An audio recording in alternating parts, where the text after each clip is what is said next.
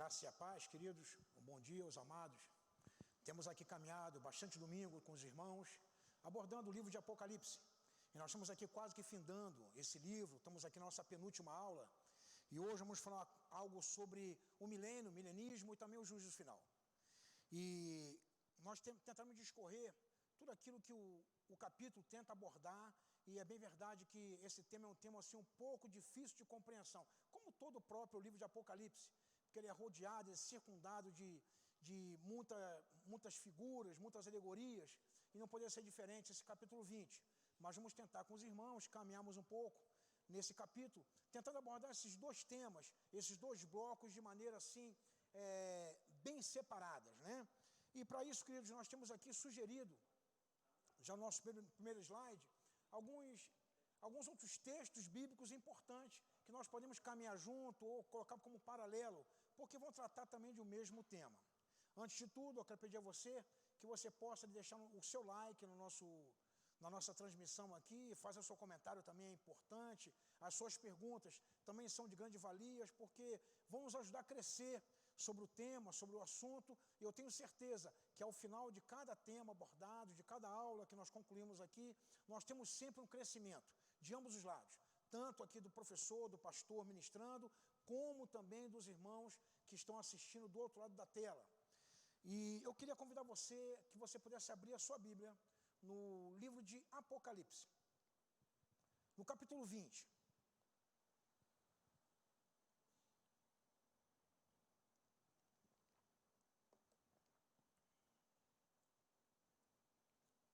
Como eu falei aos amados, nós vamos trabalhar dois temas diferentes, dois blocos diferentes. E eu vou ler primeiramente o capítulo 20, do versículo 1 até o versículo 10, inclusive. E depois, num segundo momento, nós vamos ler do versículo 11 até o versículo 15, onde nós abordaremos o outro tópico do capítulo. Então diz assim, meus amados, a partir do versículo 1. Então vi descer do céu um anjo, tinha na mão uma chave do abismo e uma grande corrente. Ele segurou o dragão, a antiga serpente, que é o diabo, Satanás, e prendeu por 1000 anos. Lançou no abismo, fechou e pôs selo sobre ele, para que não mais enganasse as nações, até que se completasse os 1000 anos. Depois disso, é necessário que ele seja solto pouco tempo. Versículo 4. E vi também tronos, e nestes sentaram-se aqueles os quais foi dada a autoridade de julgar. Vi ainda almas dos decapitados por causa do testemunho de Jesus, bem como por causa da palavra de Deus, tanto quantos não adoraram a besta, nem tampouco a sua imagem, e não receberam a marca na fronte e na mão, e viveram e reinaram com Cristo durante 1000 anos. O restante dos mortos não reviveram até que se cumprisse os 1000 anos. Esta é a primeira ressurreição. Bem-aventurado o santo é aquele que tem parte na primeira ressurreição. Sobre este, a segunda morte não tem autoridade. Pelo contrário, serão sacerdotes de Deus e de Cristo e reinarão com eles 1000 anos. Satanás é solto e derrotado. Versículo 7. Quando, porém, se completar os 1000 anos, Satanás será solto da sua prisão e sairá a seduzir as nações que há nos 4 cantos da terra, Gog e Magog, a fim de reuni-las para a peleja. O número dessas é como a areia do mar. Marcharam então pela superfície da terra e sitiaram o acampamento dos santos e a cidade querida. Desceu, porém, o fogo do céu e os consumiu. O diabo, o sedutor deles, foi lançado para dentro do lago de fogo e enxofre, onde já se encontraram não só a besta, como também os falsos profetas. E serão atormentados de dia e de noite pelos séculos dos séculos. Então, queridos, nós estamos aqui diante do primeiro bloco desse capítulo, onde vai falar acerca do milênio. Existe corrente de estudos, que nós chamamos de corrente escatológica ou escolas escatológicas, que elas vão procurar abordar os tópicos que aparecem nesse segmento ou nesse tema do milenismo. E nós encontramos ali nesse tema do milenismo, abordando algumas coisas que são importantes destacar aqui nessa manhã. Primeiro, ele fala acerca da segunda vinda de Jesus, que nós conhecemos como parousia, então, ou seja, uma segunda vinda de Jesus. Ele aborda também, queridos, sobre a ressurreição dos mortos. É um outro tema que é abordado dentro desse segmento, dentro dessas escolas de interpretação e de conhecimento de abordagem escatológica. Também outro tema é falar acerca do anticristo. Também outro tema falado sobre a questão da grande tribulação. Também o julgamento, chamado de julgamento final, o juízo final. Também a igreja e Israel. E, por fim, o próprio milênio, o milênio propriamente dito, o milenismo. Então, queridos, são escolas que elas vão ali caminhar juntos. Em alguns pontos elas vão convergir, mas em outros pontos elas vão divergir. E surge também, não só no milenismo, mas surge também algo paralelo, que nós vamos tratar um pouco mais na frente, mas já vou adiantar para os irmãos o tema, que é o dispensacionalismo. É um outro olhar, uma outra visão, uma outra exploração escatológica acerca dessa segunda vinda, que nós chamamos de história da salvação. Então, ou seja, a igreja, ela permeia, ela trabalha, ela é abordada durante toda a história. E nós estamos agora aqui dentro da história da salvação, que vai falar e vai trabalhar acerca desses temas que nós vamos abordar nessa manhã com os irmãos. Dentro do milenismo, meus irmãos, nós já temos 3 correntes que são ali apontadas ou estudadas, né? Como eu falei para os irmãos aqui anteriormente, na primeira abordagem, nós temos ali o milenismo e também vamos ter o dispensacionalismo. Mas o milenismo, ele vai ser fragmentado em outros 3 tipos de abordagem, em outros 3 tipos de visões, em outros 3 tipos de correntes, que nós merecemos aqui trabalhar, explorar um pouquinho. Os temas ali, eles vão trazer para a gente uma certa confusão. Mas nós vamos aí procurar, no decorrer dessa aula, elucidar um pouquinho ou trazer um pouquinho de luz sobre esses temas que são um pouco mais polêmicos e difíceis de compreender, para que nós possamos, ao final dessa aula, não ter tanta confusão acerca do que vem ser o milenismo e como ele trata cada temática dentro desse assunto, que é o milenismo. Então, se você, no meio da aula, você se sentir confuso, o que vem ser amilenismo, pré-milenismo, pós-milenismo, no arrebatamento, onde fala ali do pré-tribulacionismo, mesotribulacionismo ou pós-tribulacionismo, tudo isso é normal, fica tranquilo, tá? O que você vai trabalhar, o que você vai construir na sua história de fé, seguindo qualquer linha que nós vamos abordar aqui nessa manhã, não vai de maneira nenhuma afetar a sua maneira de pensar ou a sua construção de fé acerca desse tema. Então nós vamos tentar caminhar com os irmãos acerca desses assuntos. Então, queridos, na primeira pensamento acerca do milênio, que é conhecido como milenismo, nós temos a escola do amilenismo. E o que seria essa escola do amilenismo? Então, queridos, o milênio, na verdade, é um período de tempo onde uma escola, ele obedece, nós vamos ver mais na frente, que ele pensa que seja um período literal, 1000 anos literal. Já um outro segmento, uma outra escola, ela pensa que é um período de tempo, e já uma outra escola, ela pensa que esse tempo não vai haver uma marca que possa distinguir ou que possa limitar esse período de tempo. E isso, basicamente, é o amilenismo. Então, o milenismo, ele vai pensar dessa forma, ou seja, ele não pensa, ele não entende o milênio como com alguns pontos que vão estar caracterizando esse período de tempo. Então, temos aqui o milenismo, é uma era que a influência de Satanás sobre as nações sofre grande redução, de modo que o evangelho pode ser pregado por todo mundo. Aquele que reina com Cristo por 1000 anos são os cristãos que morreram e já estão reinando com Cristo no céu. Reino de Cristo no milênio não é um reino físico aqui na terra, mas sim um reino celestial ou um reino espiritual. Então vejamos aqui, o amilenismo, ele não compreende como reino aqui na terra com Cristo, mas um reino que já acontece. Então, ou seja, o amilenismo, ele não compreende como milênio sendo aqui um período de tempo, onde a igreja estará reinando, mas algo já acontece já com aqueles que já morreram em Cristo. Então, ou seja, ele vê numa questão, numa visão celestial, espiritual, não um reino físico. Então, o milenismo, ele caminha nessa percepção e nesse olhar.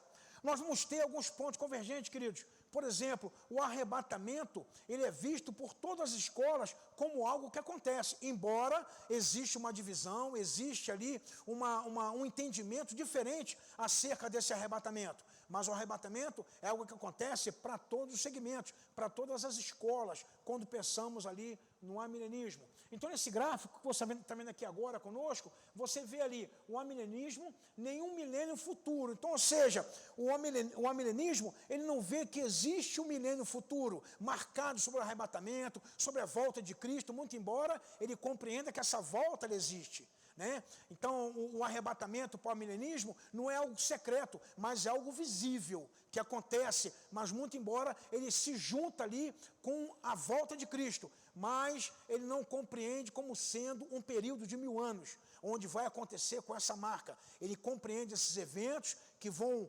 acontecer, mas não que eles venham marcar um tempo na história da igreja. Então, para esse gráfico, nós podemos entender, né, a era da igreja e o estado eterno, e Cristo ali quase que pontuando o que seria essa divisão, mas compreendendo que não há ali um tempo de milênio onde a igreja ela está ali reinando com Cristo, como eu falei para os irmãos agora aqui. Então, ou seja, a ressurreição dos crentes, a ressurreição do descrente e o julgamento, o novo céu, a nova terra. Então, ou seja, o amilenismo, ele também crê nesses eventos, ou seja, nos julgamentos dos crentes, na ressurreição dos crentes, na ressurreição dos incrédulos também. Então, queridos, a ressurreição, como aborda nesse período, nessa segunda vinda, como ele aborda no milenismo, a ressurreição é algo que vai acontecer. Ele vai acontecer, nós vamos trabalhar um pouco mais na frente esse tema, ele vai acontecer tanto para o crente como para o não crente. Por quê, meus irmãos? Porque depois disso segue o juízo, né? E que vão dar destinação, tanto para o crente para um lado e para o não crente para o outro. E nós vamos ver isso um pouco mais na frente.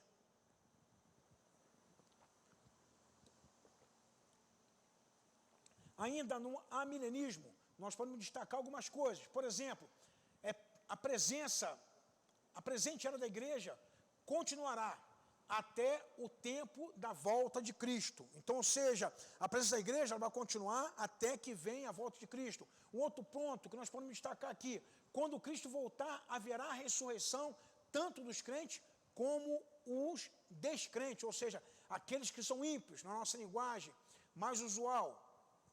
Um outro ponto, nós podemos destacar aqui, os crentes terão o corpo ressuscitados, unido novamente com o Espírito e entrarão no céu para sempre. Então, ou seja, o que pontua aqui o amilenismo é que na volta de Cristo haverá ali o corpo glorificado para aqueles que vão ressuscitar.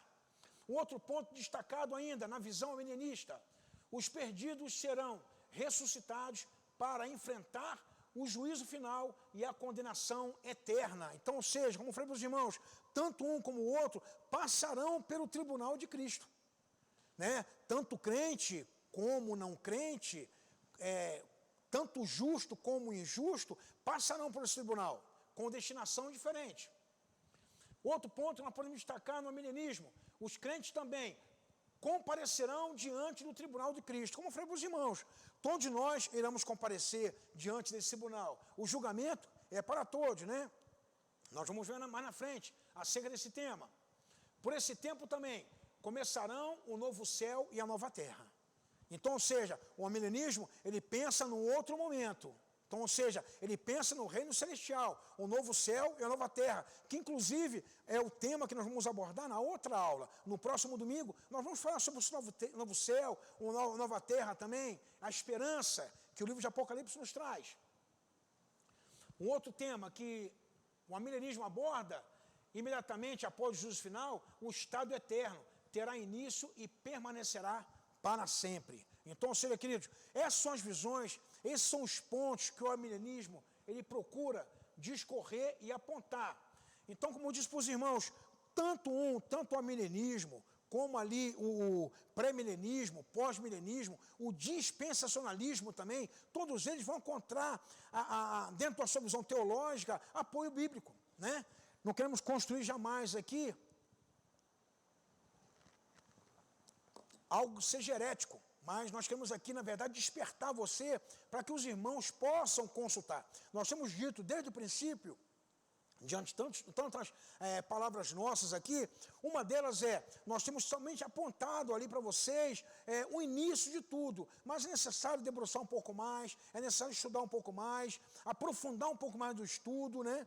Ou vir para o nosso seminário, e aqui nós abordamos com um pouco mais de profundidade esse tema, para que nós possamos ali conhecer um pouco mais acerca do que a palavra de Deus nos fala sobre esse tema. Então, argumentos bíblicos nós podemos encontrar no nosso, quanto ao milenismo, no próprio capítulo 20, versículo 1 a 6, a Bíblia aponta aqui para o milenismo, dirão apenas uma passagem, parece ensinar um futuro, um domínio milenar de Cristo aqui na terra, e essa passagem em si, ela é obscura, então, ou seja, por ser obscura, ela não merece crédito para o milenismo, né? Então, ou seja, é algo que tem ali levantado como argumento para o milenismo. Outra questão, se Cristo vem em glória para reinar sobre a terra, como as pessoas ainda podem persistir no pecado? Se Jesus vai estar realmente presente em corpo, ressurreto e governar como rei sobre a terra, não seria improvável que as pessoas ainda o rejeitassem e que o mal e a rebelião prosperem sobre a terra, até que o final Satanás consiga reunir nações para batalhar com Cristo? Então, ou seja, é um contra-argumento. Por exemplo, se Cristo reina, como pode acontecer isso? Algo de contraponto. Então, diante dessas exposições, essas preposições, o amilenismo ele reafirma a ideia de que o reino de Cristo, ou seja, esse reino, ele é um ambiente celestial, ele não é algo terreno. Então, não se crê o amilenismo, ele não crê aqui como reino literal para um período na terra, onde Cristo vai governar na terra. Onde Cristo ele vai estar aqui governando com esses incidentes acontecendo, e ele é, na verdade, antagônico ao reino de Cristo estabelecido na terra. Eu espero até aqui nesse momento tentar ter sido claro com os irmãos acerca desse primeiro ponto do amilenismo, né, que é quanto ao estudo do milênio, do milenismo. Um outro enfoque que nós podemos dar ou podemos discorrer nessa manhã é acerca do pós-milenismo. E o que seria esse pós-milenismo? Para nós compreendermos. O pós-milenismo é quando Jesus ele vem depois desse milênio estabelecido. Então, ou seja, ao passar esse período e para o pós-milenismo, esse período ele não é algo literal, não são 1000 anos, ele é um período, né, da igreja, mas após esse tempo, nós temos ali a vinda de Jesus e com a vinda de Jesus o arrebatamento. Então nós vamos ver alguns textos, por exemplo, você vai ver em 1 Tessalonicenses capítulo 4, do verso 13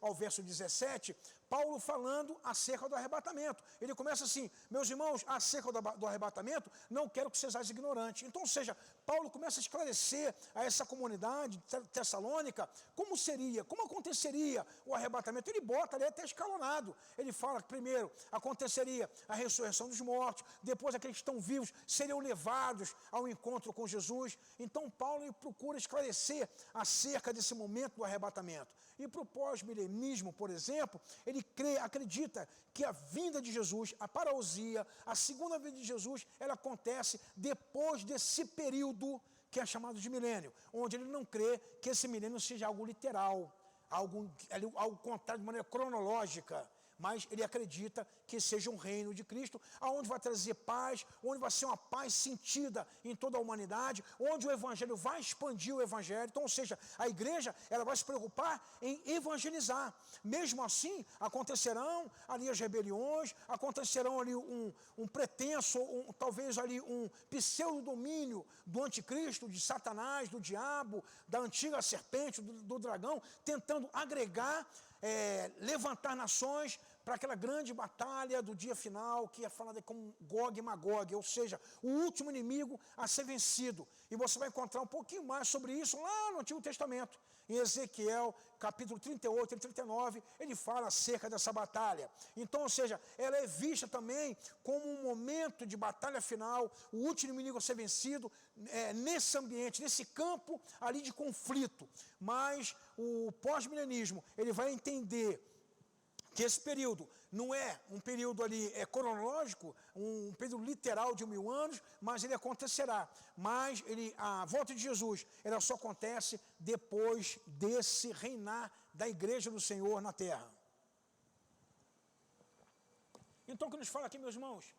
Diz que o crescimento do evangelho da igreja acontecerá gradualmente, de modo que uma proporção cada vez maior do mundo se tornará cristã.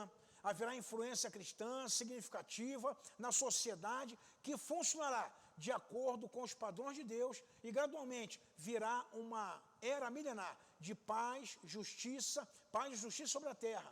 O milênio é um longo período e ao final deste, Cristo voltará, crentes e perdidos ressuscitarão, ocorrerá o juízo final e haverá novo céu e nova terra, entramos na eternidade.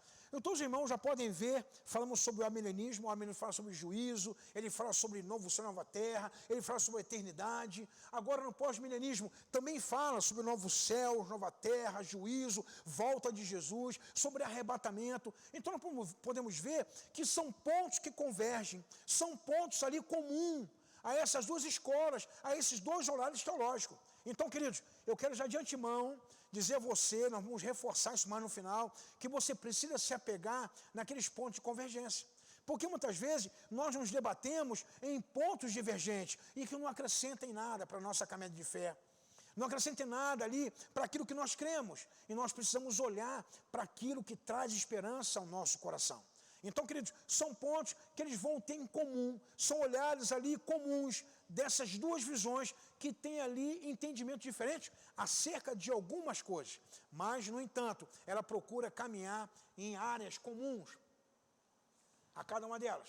Então, nesse gráfico temos aqui, o pós-milenismo, Cristo volta após o milênio. Então, ou seja, o milênio vai acontecer, esse período vai transcorrer, a igreja vai se preocupar em evangelizar, mais pessoas se converterão, o mundo será muito mais alcançado, né? Mas isso não impede que haja ali o juízo, e o juízo sobre todos, sobre toda a humanidade, onde todos vão apresentar produtos da sua obra, o que fizeram com a sua vida para o reino de Deus. Interessante que eu assisti uma vez, várias vezes na verdade, uma peça chamada Mãos Vazias. Não sei se os irmãos já assistiram essa peça, Mãos Vazias. E essa peça ela fala justamente sobre isso, a volta de Jesus, onde Jesus abre um livro e começa a chamar nome por nome, pessoa por pessoas, e as pessoas se apresentam a Jesus ali e começam a justificar aquilo que não fizeram, embora soubessem o que deveriam fazer, mas começam a se justificar diante de Deus, diante do Senhor, porque não fizeram, porque não tiveram boas obras na sua caminhada. Queridos, diante dessa peça, lógico, é uma peça, ela é procurando retratar o que a Bíblia fala, mas traz para a gente uma compreensão de que haverá um juízo onde todos nós passaremos diante do justo juiz, diante do Senhor, que as nossas vidas serão patentes diante de Deus, não teremos como esconder nada. Eu tenho na minha visão que talvez passará um filme, lógico, eu estou aqui na verdade de maneira alegórica falando isso para os irmãos, passará um filme da minha vida, onde eu não poderei esconder nada, onde tudo será patente diante do Senhor, onde minha vida estará clara diante do Senhor, e eu só tenho somente a apresentar minhas mãos diante do Senhor e as obras que eu fiz para que o nome do Senhor fosse glorificado. Então, queridos, o tribunal, todos nós passaremos, né? A ressurreição será para todos, mas a segunda morte não. A segunda morte serão somente para aqueles que optaram em viver distante das promessas, distante dos caminhos do Senhor Jesus. Então temos aqui um gráfico que ele fala sobre a igreja, né? A igreja no milênio e um resultado eterno para a igreja, a ressurreição, como eu falei para os irmãos, pontos comuns, a ressurreição dos crentes, a ressurreição dos não crentes, o julgamento e também o novo céu e a nova terra. O pós-milenismo, ele vai apontar algumas coisas que precisam aqui ser consideradas, O avanço do evangelho, o crescimento da igreja se acentuará de forma gradativa, de tal modo que uma proporção cada vez maior de população mundial se tornará a Cristo. Como consequência, haverá influência cristã significativa na sociedade. Esta funcionará conforme os padrões de Deus e gradualmente virá uma era milenar e de paz e justiça sobre a terra. Esse milênio dura um longo período, não necessariamente de 1000 anos, anos literais. E ao final desse período, Cristo voltará na terra. Então, ou seja, é o pós-milenismo, Jesus voltando depois desse milênio. O avanço do evangelho, o crescimento da igreja se acentuará de forma gradativa. Então, são coisas que acontecerá que vão ali estar caracterizando na visão pós-milenista que Jesus reinará, que a igreja estará aqui reinando, se preocupando em evangelizar e alcançar pessoas. Queridos, nessa visão, nós temos ali a ideia que nós temos uma igreja muito mais exercendo a compaixão, muito mais entendendo a miséria da humanidade, as pessoas sem Cristo, como acontecerá. Então, ou seja, nessa visão, haverá uma igreja trabalhando muito mais, efetivamente, cada vez mais, em busca de almas perdidas, para que pessoas se rendam ao Senhor, para que pessoas possam ascender ali o que nós chamamos de vida eterna. O argumento em favor do pós-milenismo, a grande comissão, leva-nos a esperar que o evangelho se propague em poder e acabe, por fim, resultando num mundo em bom para Cristo. Mateus 28, 19 e 20, ou seja, a grande comissão. Uma vez que Cristo tem toda a autoridade do céu e na terra, e já que Ele promete estar conosco, no cumprimento dessa comissão, podemos esperar que isso transcorra sem impedimento e, por fim, triunfe em todo o mundo. Então, ou seja, são argumentos bíblicos, como eu disse para os irmãos, todos os argumentos são construídos de conceitos bíblicos para poder fundamentar essa visão. Parábolas sobre o crescimento gradual do reino indicam, melhor dizendo, que por fim a sua influência cobrirá na terra. Nós encontramos em Mateus capítulo 13, no versículo 31 e 32. A igreja está crescendo e se disseminando por todo o mundo, e mesmo quando perseguida e oprimida, cresce de modo notável pelo poder de Deus. E talvez nós possamos concordar um pouco com isso quando nós vamos à igreja primitiva. A igreja primitiva foi uma igreja que nos traz bem vivo esse exemplo. A perseguição parece que ela larga as fronteiras. A perseguição parece que ela dá um novo ânimo à igreja. A igreja começa ali a buscar outros horizontes, outras terras, outras fronteiras, e parece que ela vai buscar outras pessoas. E o evangelho dessa maneira, queira ou não queira, é uma forma do evangelho também expandir. Não podemos descartar de que a perseguição é uma maneira que a igreja ela cresce também, ela passa a ser expansiva no reino de Deus. E nós temos aqui uma terceira visão do milenismo, que é o pré-milenismo. Então, ou seja, nessa visão do pré-milenismo, ele vê Jesus voltando antes do milênio. Então, ou seja, a segunda vinda de Jesus, que é comum às outras visões, ela acontece em tempo diferente. Então, ou seja, ela acontece antes do milênio. Já para o pré-milenismo, o milênio, ele é literalmente 1000 anos. Ele é um período de 1000 anos cronologicamente. Então ele vê Jesus voltando, ele vê Jesus reinando junto com a igreja, ele vê Jesus reinando durante 1000 anos, e os demais acontecimentos, eles vão surgir, eles vão totalmente aflorar depois desse tempo de 1000 anos.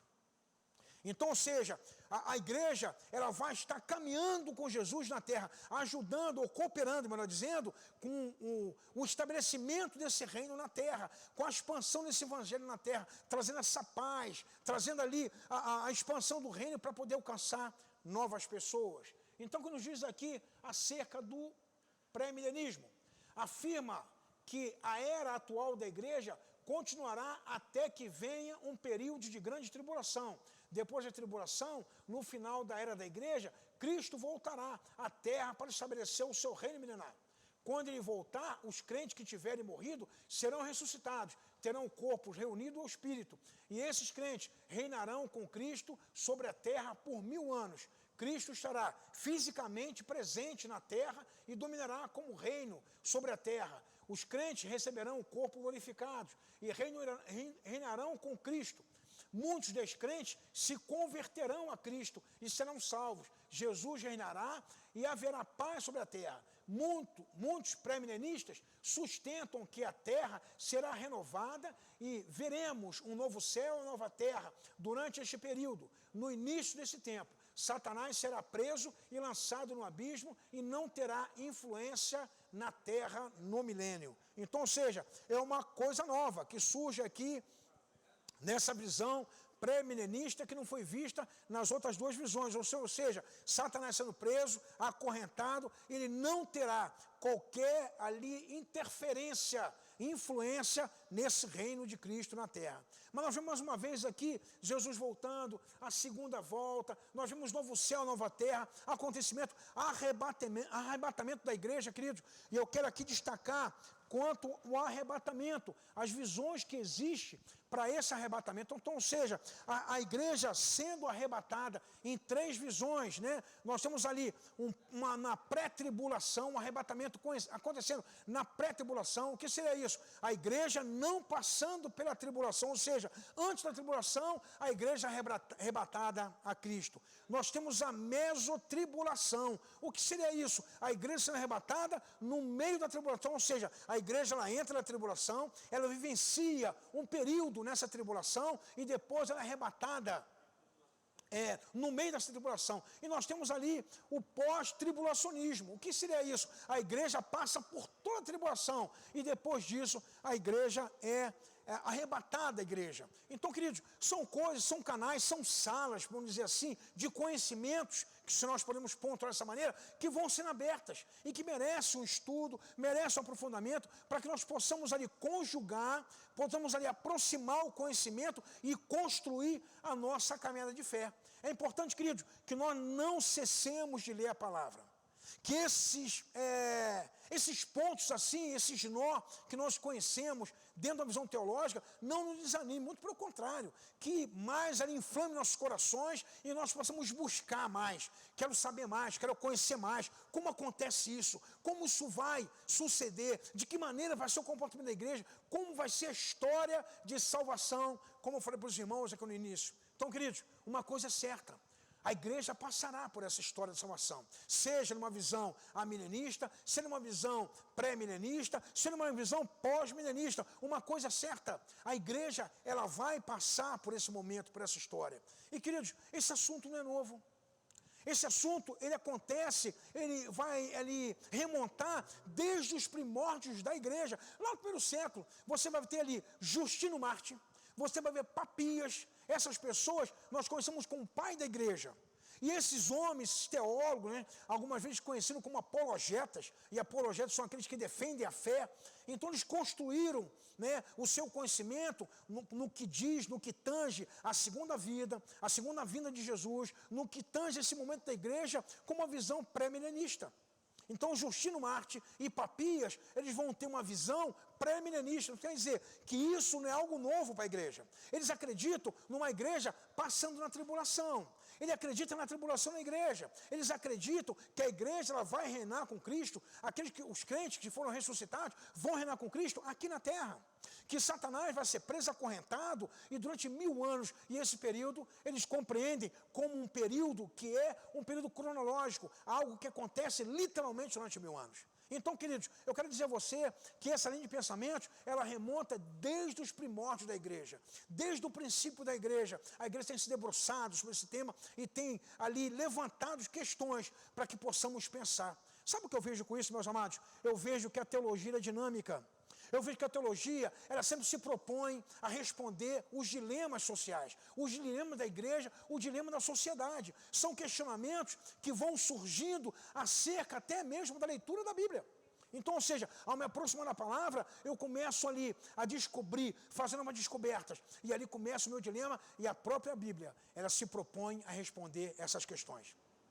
Talvez não foi respondida, queridos, porque nós não chegamos ao ponto de aprofundar um pouco mais, de irmos um pouco mais longe no conhecimento da palavra, nem descobertas que a palavra de Deus pode proporcionar para mim e para você. A descoberta, meus amados, ela é algo que acontece todos os dias. Todos os dias nós podemos descobrir alguma coisa nova na Bíblia. E Hebreus capítulo 4, versículo 12, ele fala que a palavra de Deus, ela é viva e eficaz. Essa vida que ela tem, esse espírito que ele tem, e essa eficácia que ele tem, quer dizer que ela é por todos os dias, e ela tem propriedade na minha e na sua vida. Então, queridos, dentro dessa visão milenista, nós temos aqui essas três correntes que falam acerca do milênio. Então, nós temos aqui um gráfico que também vai explicar um pouquinho acerca do pré-milenismo, né? Onde vemos ali o arrebatamento da igreja acontecendo, a era da igreja, o milenismo, o estado eterno da igreja. Então, ou seja, nós vemos o arrebatamento acontecendo antes do milênio, o pré-milenismo, e a igreja reinando com Cristo. Então, são ali eventos que nós vamos encontrar também dentro das outras correntes. Ressurreição dos mortos, sejam eles crentes, descrentes, o juízo final, a vida eterna, o novo céu, nova terra. Então, ou seja, são pontos que nós vamos encontrar nessas três visões acerca do milenismo.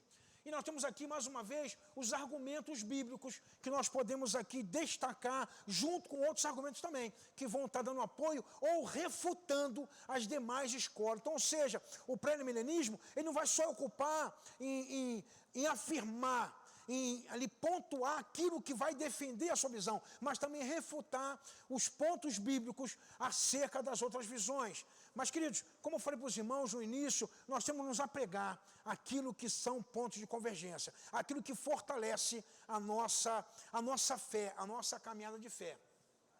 E nós vemos aqui, ó, Apocalipse 2, versículo 26 e 27. Também há passagem no Novo Testamento, além de Apocalipse 20, que indicam um futuro milênio. Então, ou seja, se você for explorar esse texto, você vai ver ali algo acerca disso, né? Do reforçar desse futuro milênio. Eu quero ler com os irmãos somente esse texto. Apocalipse, capítulo 2, versículo 26 e o 27, que nos diz assim, ó: ao vencedor que guardar até o fim as minhas obras, eu lhe darei autoridade sobre as nações, e com cetro de ferro as generará e as reduzirá ao pedaço, como se fosse objeto de barro. Então, ou seja, queridos, são textos bíblicos que vão estar reforçando essa visão acerca do pré-milenismo. Chegamos aqui num ponto bem interessante, ainda acerca da segunda vinda de Jesus, do milênio, desse tempo da igreja, dessa história de salvação da igreja. Ou seja, o pré-milenismo, né, é uma escola muito bem defendida, muito bem aceita essa escola dentro do ambiente cristão, ambiente evangélico. Nós temos aqui uma outra corrente, que é o dispensacionalismo, ou dispensacionalista. O que seria isso? É uma nova visão, é uma nova escola. Por que eu digo nova, meus amados? Porque até então, até a igreja reformada, a visão que se tinha, ou que se discutia, ou que se debruçava, era acerca do milenismo. Dentro das três visões, amilenismo, pré-milenismo e pós-milenismo. Aí surge aqui, no finalzinho do século XIX, com John Darby, né, um teólogo dessa época, ali em 1875, 76, ele vai levantar um novo olhar teológico acerca desse tema, dessa história de salvação, e que ele chama de dispensacionalismo. E nós podemos entender ali que ele fala acerca do dispensacionalismo, porque ele vai dividir as dispensações bíblicas que nós conhecemos, e nós vamos ver um pouquinho mais na frente, e ele pontua essas dispensações em 7 momentos diferentes. E aqui acerca do milenismo, ele vai falar do reino de Deus. O reino de Jesus, ele entende esse tempo, essa dispensação dessa maneira, nesse olhar. Mas é uma visão em que ele traz uma nova ótica acerca desse tema. E junto com John Darby, temos ali também um outro teólogo.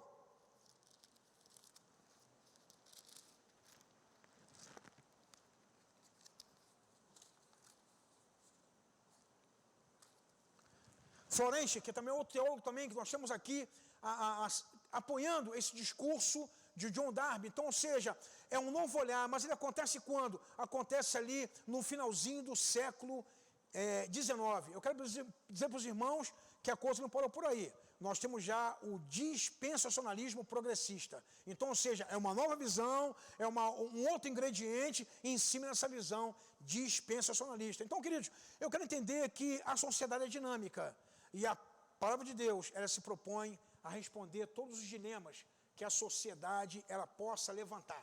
Então, meus amados, como eu falei para os irmãos, o John Darby ele vai dividir esses períodos, né, que nós temos como época ou era, ele vai chamar de dispensação. E cada uma delas com uma referência. A primeira é a dispensação da inocência, a segunda da consciência, a terceira, governo humano, a quarta, a dispensação patriarcal, a quinta, a dispensação da lei, a sexta, a dispensação da graça e a igreja, e a quarta é a dispensação do reino. Então, ou seja, esse teólogo, John Darby, ele vai falar acerca da dispensação, para nos olhar da época, da era, dentro desse entendimento. Então, dividindo em 7 momentos diferentes, que nós podemos chamar aqui, ou 7 dispensações diferentes, como você queira denominar. Então, ou seja, ele vai ser algo que vai ele confrontar com a visão milenista. Então, ou seja, ele vai confrontar em alguns pontos também divergir sobre esse tema. Então, queridos, nessa visão do milenismo, da volta de Jesus, né, na segunda vinda de Jesus, a Bíblia, ou as correntes teológicas, ela se propõe a caminhar dessa maneira, ela se propõe a entender ou discorrer dessa forma. Então, seria importante, meus amados, que vocês buscassem um pouquinho mais acerca desse tema, que você fizesse ali. Existe, por exemplo, alguns estudos, alguns panoramas, que eles são paralelos e que você pode enxergar o todo, tanto do milenismo, nas 3 correntes, e juntamente com o dispensacionalismo, que você pode enxergar de maneira ali planificada essas 4 visões, essas 4 escolas de compreender essa história de salvação e a segunda vinda de Jesus.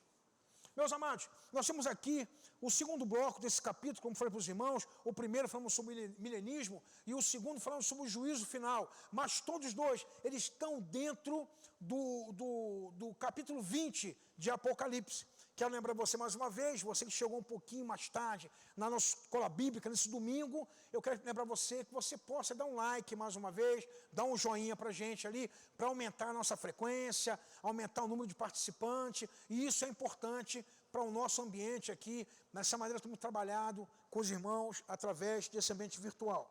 Então, meus amados, ainda na sua Bíblia, no capítulo 20 ainda, no capítulo 20, do versículo 11 ao versículo 15, fala assim: juízo de Deus. Vi um grande trono branco, e aquele que nele se assentava, de cuja presença fugira a terra e o céu, e não se achou lugar para eles. Vi também os mortos, os grandes e pequenos, postos em pé diante do trono. Então se abriram os livros. Ainda outro livro, o livro da vida, foi aberto, e os mortos foram julgados segundo as suas obras, conforme que se acha escrito nos livros. Deu o mar os mortos que nele estavam, a morte e o além entregaram os mortos que nele haviam, e foram julgados, um por um, segundo as suas obras. Então a morte e o inferno foram lançados para dentro do lago de fogo. Esta é a segunda morte, o lago de fogo. E se alguém não foi achado escrito no livro da vida, esse foi lançado para dentro do lago de fogo. Então, queridos, é o momento que nós chamamos aqui de juízo final. O grande tribunal de Cristo. Lógico que ele procura colocar aqui de maneira figurada para que nós possamos entender a visão aqui do apóstolo João naquilo que estava acontecendo diante da sua frente. Ele começa a ver aquele livro que se abriu, livros e livros se abriram, e nós podemos olhar até mesmo o livro de Apocalipse, onde fala ali de um livro que tinha se aberto e que ninguém se achava digno de abrir esse livro. E os irmãos lembram dessa aula, quando foi falado acerca desse livro. Quando nós vamos lá para Salmo 39, Salmo 39 fala também que a nossa vida ela está escrito num livro. Então, queridos, existem livros que relatam a nossa história. É a visão de João, e quando fala livros, nós também temos a mesma visão figurada do que vem a ser livros. Talvez não seja, quando nós chegarmos diante dessa realidade, diante dessa situação, talvez livro seja algo diferente. Mas a visão de João, que ele procura trazer para mim e para você, nessa manhã, para que nós possamos entender o que estava acontecendo naquele momento, é que havia livros e livros, e havia o livro da vida. Onde ali, pessoas, todos foram julgados, um a um, segundo as suas obras, segundo tudo aquilo que tinha feito, tudo aquilo que tinha realizado. E, queridos, isso ali depunha ou não contra as vidas que estavam diante do justo juiz, que estavam diante de Deus naquele tribunal, naquele momento. E, queridos, nós podemos ver que Deus, ele vai julgar a cada um, mas com justiça. Não a justiça que nós conhecemos, não a justiça corrompida que nós conhecemos no nosso mundo, mas uma justiça diferente. A justiça do Senhor é uma justiça justa. É um juiz que julgará segundo a cada um, a cada obra que nós temos realizado. Então, queridos, característica do juízo, que nós podemos ver aqui citadas, haverá um grande julgamento final para crente e para não crente. Então nós temos aqui várias referências bíblicas que você pode ali utilizar para poder ler e apoiar aqui o que fala acerca de um julgamento que haverá para a igreja do Senhor. Eu quero ler com os irmãos aqui Romanos, capítulo 2, versículo 5, que nos fala assim, meus amados. Romanos 2, 5.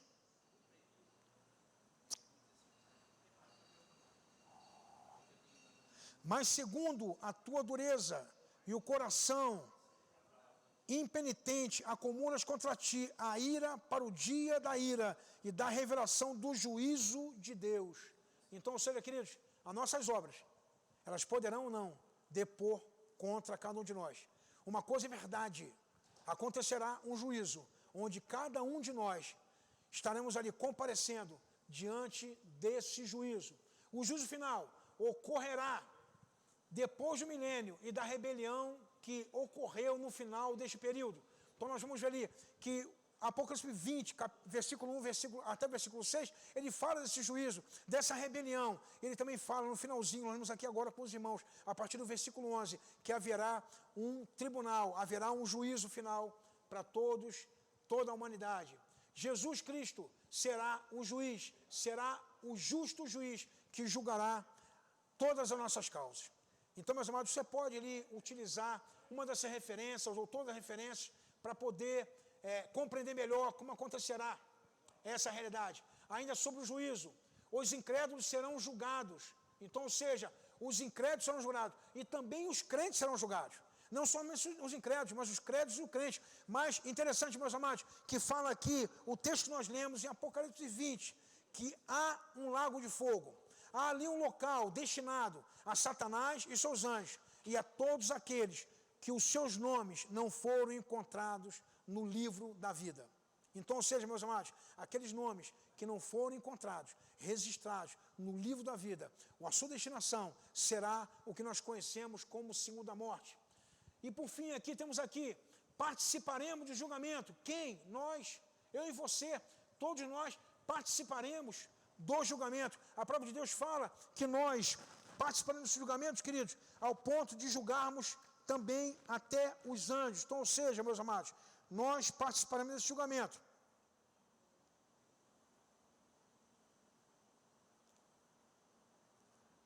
1 Coríntios, capítulo 6, versículo 2 e 3, nos fala assim: 1 Coríntios capítulo 6, do versículo 2 e 3. Ou não sabeis que os santos hão de julgar o mundo? Ora, se o mundo deverá ser julgado por vós, sois acaso indigno de julgar as coisas mínimas? Não sabeis que havemos de julgar os próprios anjos? Quanto mais as coisas dessas vidas. Eu quero só destacar aqui, queridos, que nós também, como Cristo, participaremos também desse grande tribunal, onde estaremos julgando também.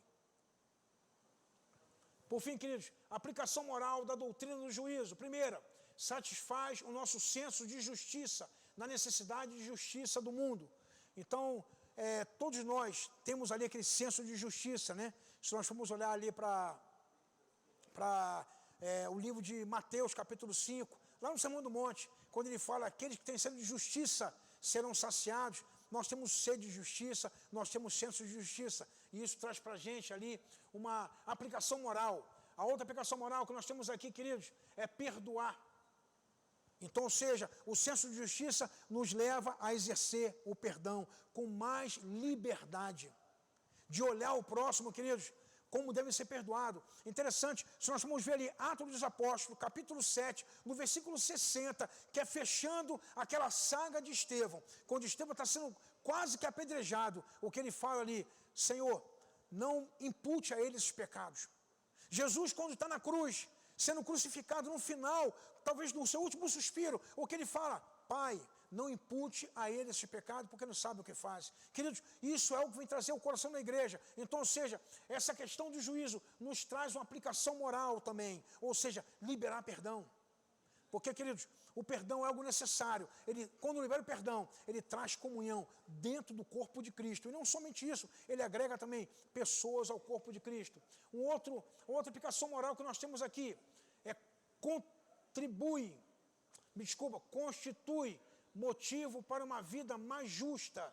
Ou seja, ele vai trazer em mim e você um desejo de viver uma vida de justiça.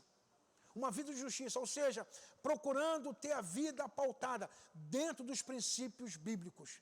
Isso foi tratado, inclusive, ontem, no nosso PGM online. Não sei se você participou desse momento, e o assunto ali, viver de forma a agradar a Deus. E nós não podemos viver de forma a agradar a Deus se a nossa vida não for pautada dentro dos princípios da justiça. E por fim aqui, queridos, nessa aplicação moral, é a grande motivação para evangelizar. Ou seja, alcançar vidas, alcançar pessoas, levar o evangelho a outras pessoas. O próprio Deus não quer que ninguém se perca. E nós vamos olhar para a palavra de Deus, ela fala que Deus tem retardado esse momento para que todos possam se salvar. Para que todos possam ter o tempo de ouvir o evangelho. A volta de Jesus, como diz em Mateus, capítulo 24, não acontecerá senão depois que todo o evangelho seja pregado nos 4 cantos da terra. Então, queridos, a igreja, nessa questão da aplicação moral, desse juízo final, a igreja é levada a abraçar cada vez mais, com mais fervor, esse momento, essa grande comissão de evangelizar o mundo. E eu quero aqui pontuar por fim a questão da característica do inferno. Segundo a Bíblia, ele fala que o inferno, ele é um lugar de castigo eterno, consciente para o ímpio, fogo inextinguível, lugar de tormento eterno. Então, ou seja, o inferno ele traz 3 coisas que são bem características acerca dele. Primeira coisa, ele fala que é lugar de castigo eterno e de consciência. Quando nós olhamos, por exemplo, lá para Lucas, capítulo 16, onde ele fala a parábola do rico e do Lázaro, nós vamos ver ali uma parábola onde ele fala de um momento do Seol, um momento do Hades. O Seol e o Hades são momentos, lugar de tormenta, lugar de morada das almas. Então, ou seja, esse local ali é o local de consciência. O rico tinha consciência do sofrimento que passava. E o fogo ali, meus irmãos, o fogo ele não se extinguia. Então, ou seja, o fogo não acabava. Ele não tem fim. Se você for ver ali Marcos capítulo 9, versículo 43 ao 48, Jesus fala que é melhor entrar no céu com uma só vista, com uma só mão, do que ir para o inferno, aonde o fogo ele não extingue. E por fim, é o lugar de tormento eterno. um lugar onde vai existir tormenta interna. Então, queridos, só por essa característica nos deveria fugir desse ambiente. Mas, queridos, o que nos deve levar a fugir desse ambiente é o amor por Cristo e não o medo do inferno. Muitas vezes há pessoas que não amam a Cristo, mas têm medo do inferno, por isso vivem debaixo da orientação de Cristo. Que seja esse momento, que seja essa hipótese, melhor dizendo. Mas o melhor seria amar a Cristo e naturalmente nós estaríamos ali sendo preservado, não sendo levado a ter uma segunda morte, como diz aqui a palavra. Então, queridos, foi uma caminhada um pouquinho longa, cheio de coisa para nós pensarmos nessa manhã, cheio de coisa para nós ali aprofundarmos um pouco mais nessa manhã, mas eu quero dizer a você que os pontos de convergência é que deve fortalecer a nossa fé. Muitas coisas aqui foram tratadas aqui, coisas que são comuns às diversas visões, coisas que são particulares às diversas visões, mas nós vamos apegar aquilo que é comum, aquilo que fortalece a minha e a tua fé. Nós vamos crer na volta de Jesus. Nós devemos crer, queridos, no arrebatamento. Nós devemos crer na ressurreição dos mortos. Nós devemos crer na grande tribulação. Nós devemos crer aqui no julgamento final, no juízo final. Nós queremos crer, meus amados, que Deus ele tem ali levado a sua igreja a olhar a palavra de Deus como única regra de fé e prática. Se você caminhar nessa palavra, eu falo com você com segurança. Se você guarda os princípios dessa palavra, eu falo com você com segurança que você vai experimentar do julgamento de Deus, mas você vai entrar no reino eterno que está preparado desde a fundação do mundo. Eu espero ter contribuído com você nesse capítulo 20, nessa penúltima aula nossa de Apocalipse, e espero ter despertado no seu coração cada vez mais de buscar a palavra de Deus, cada vez mais buscar conhecimento. Oséias fala muito bem sobre isso. Conheçamos e prossigamos em conhecer. Que o Senhor possa trabalhar no teu coração, na sua vida, que o Espírito Santo ele possa ser o seu maior instrutor, porque o Senhor, aquele que escreveu a palavra, que inspirou o homem a escrever a palavra, ele está do nosso lado para poder nos explicar aquilo que a palavra tem para nossas vidas. Essa noite, queridos, teremos aqui o retorno ao nosso culto. Tudo está sendo preparado com detalhe, com tanto carinho para você, com tanto momento assim importante, grandioso, para que você possa participar dele. Assim, com tanto zelo, tal qual o nosso Deus merece. Então, queridos, nós queremos contar com a sua presença, porque se você não vier estar conosco, nada disso vai fazer sentido. Então é importante que você prepare esse momento, que você prepare tudo o que for necessário, a sua água, a sua máscara. Nós estaremos aqui com um ambiente totalmente seguro para que você possa participar desse culto. Não deixe de vir aqui na sua igreja se você se enquadra naquele grupo que pode estar conosco nesse tempo, porque haverá o tempo, meus amados, em que toda a igreja estará reunida celebrando o nome do Senhor. Então venha estar conosco nessa noite, caminhar conosco, estar celebrando como igreja do Senhor nessa noite um culto, vai ser, eu tenho certeza, como diz o pastor William Salgado, vai ser o céu na terra, eu não tenho dúvida disso. Fica na paz, queridos, Deus te abençoe, Deus seja contigo, em nome de Jesus, um domingo de bênção na presença de Deus.